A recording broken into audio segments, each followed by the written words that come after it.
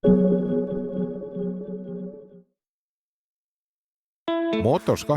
ajal andsime GLC Coupe'le aasta auto tiitli, kuna leidsime, et GLC Coupe on märkamatult hea auto, omades piisavalt edevust, parajalt praktilisust ja suurepäraseid sõiduomadusi. Nüüdseks on valmis saanud teise põlvkonna GLC Coupe ja me loodame, et see on sama hea kui eelkäija.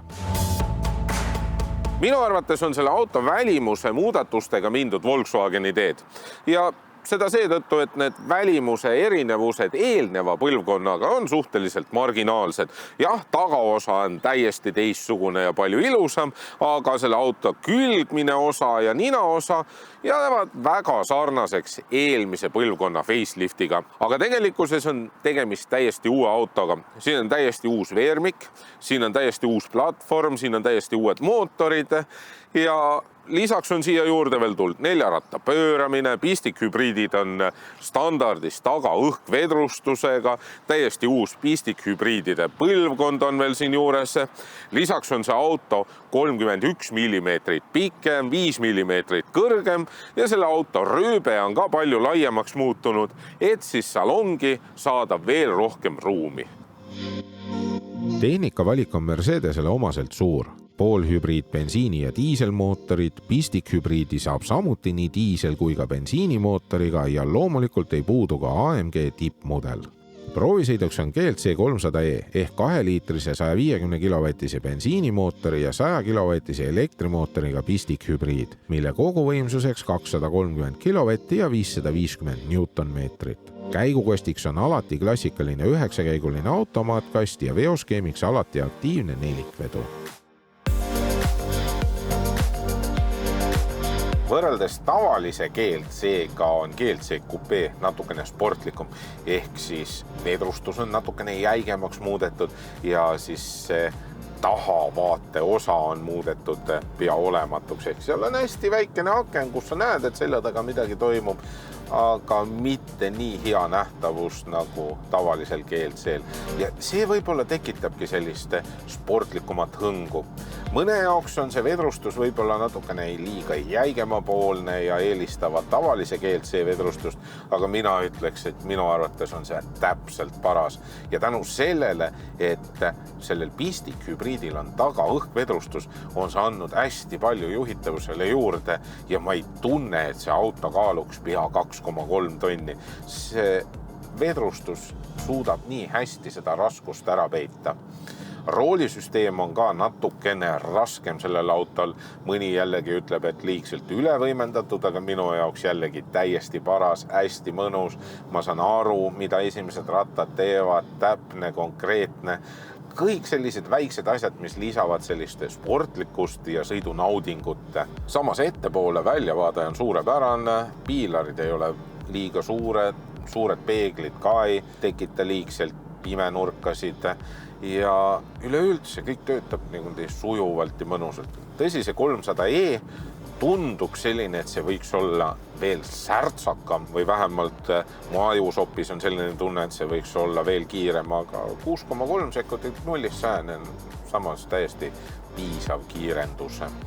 Ja kurvilisel teel on selle autoga suurepärane sõita. Ei ole liigseid kerekaldumisi, pigem kerekaldumised on olematud, pidurid on võimsad, auto jääb hästi seisma, nii et sa naudid igat kilomeetrit. Pagasiruumiga on nüüd niimoodi, et kui tegemist on pistikhübriidiga, siis siin pagasiruumi põhja all ei ole 155 liitrist laegast. Seega on pagasiruumi maht kahanenud 390 liitri peale, mis on umbes 75 liitrit väiksem kui Audi Q5 Sportbackil. Aga siinkohal tasub ära märkida, et Mercedese pistikhübriidi aku on suurem. Halb lugu on see, et kui sul on pistikhübriidi laadija kaasas, siis see on eraldi kotiga siin pagasiruumi põhjas ja siia katte alla see lihtsalt enam ei mahu. Õnneks on siin nii palju ruumi, et ohutuspaketi saab siia katte alla ära peita.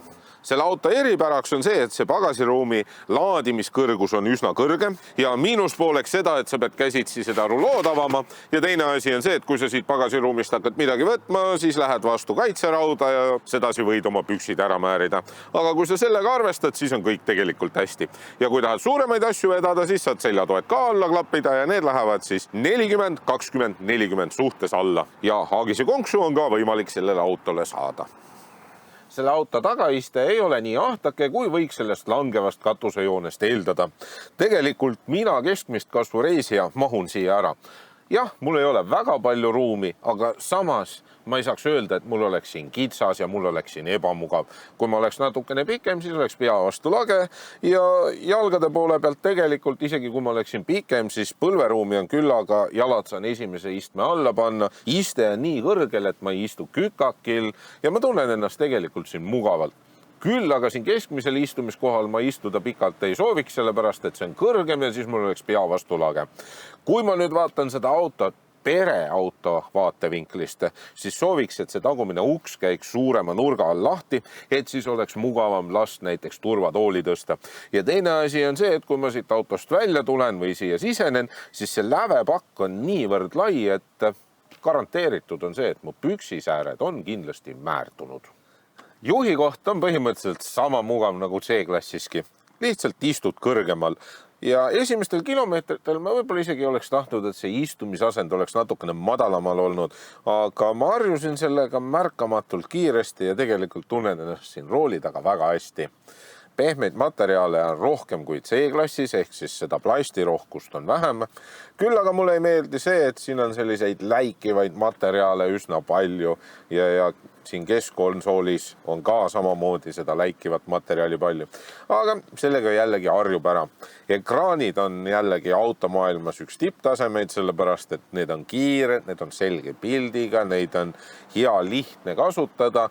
Küll aga jällegi tahaks, et digitaalne kiirus ei oleks mitte ekraani ülaservas, vaid oleks ilusti keskel ja suurelt, nii nagu vanematel Mercedestel.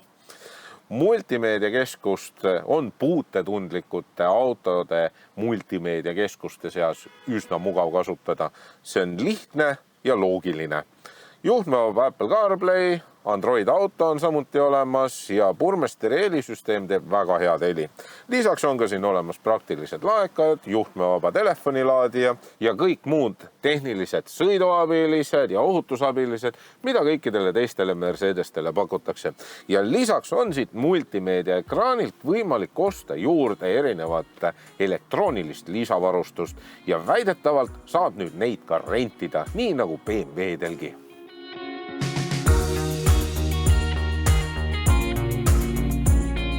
Mulle meeldib see, et sellel Pistik hübriidil on suur aku, 31 kilovatt-tundi ja selle auto aku täiega lubab tootja isegi sõita kuni 131 kilomeetrit ja mina sain 117 kilomeetrit.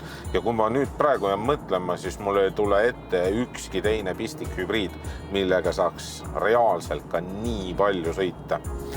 Ja kui aku saab tühjaks, siis sõidad hübriid asendis ja mina sain siis pikematel sõitudel keskmiseks kütuse kuluks 5,5 liitrit 100, mis ei ole tegelikult halb näitaja, arvestades seda, et see auto on nelikveoline, see on raske auto ja kiirendab ka mõistlikult. Lisaks on see ka vaikne auto, natukene on võib-olla rohkem rehvimüra kuulda kui tavalises GLC-s, aga samas suudab purmesteri helisüsteem selle ära varjata ja tegelikult ei ole mitte midagi häirivat. Kõiksugused elektroonilised sõidu- ja ohutusabiliselt töötavad täiesti märkamatult. Need ei aja sind närvi ja hästi palju on Mercedes pannud rõhku sellele, et kuidas sa saaksid võimalikult optimaalselt sõita just elektri najal. Nimelt, kui sul on pikem sõiduots, näiteks ütleme, et sa sõidad Tallinnast Võrru, siis võtad kasutusele tehase enda navigatsiooniseadme ja paned Võru sihtpunktiks. Lülitad sisse hübriidasendi ja sellisel juhul auto valib ise, missugusel hetkel kasutada elektrienergiat ja mis hetkel kasutada bensiini, et siis võimalikult optimaalselt, võimalikult väikse kuluga jõuda sihtpunkti. Iseenesest väga geniaalne lahendus.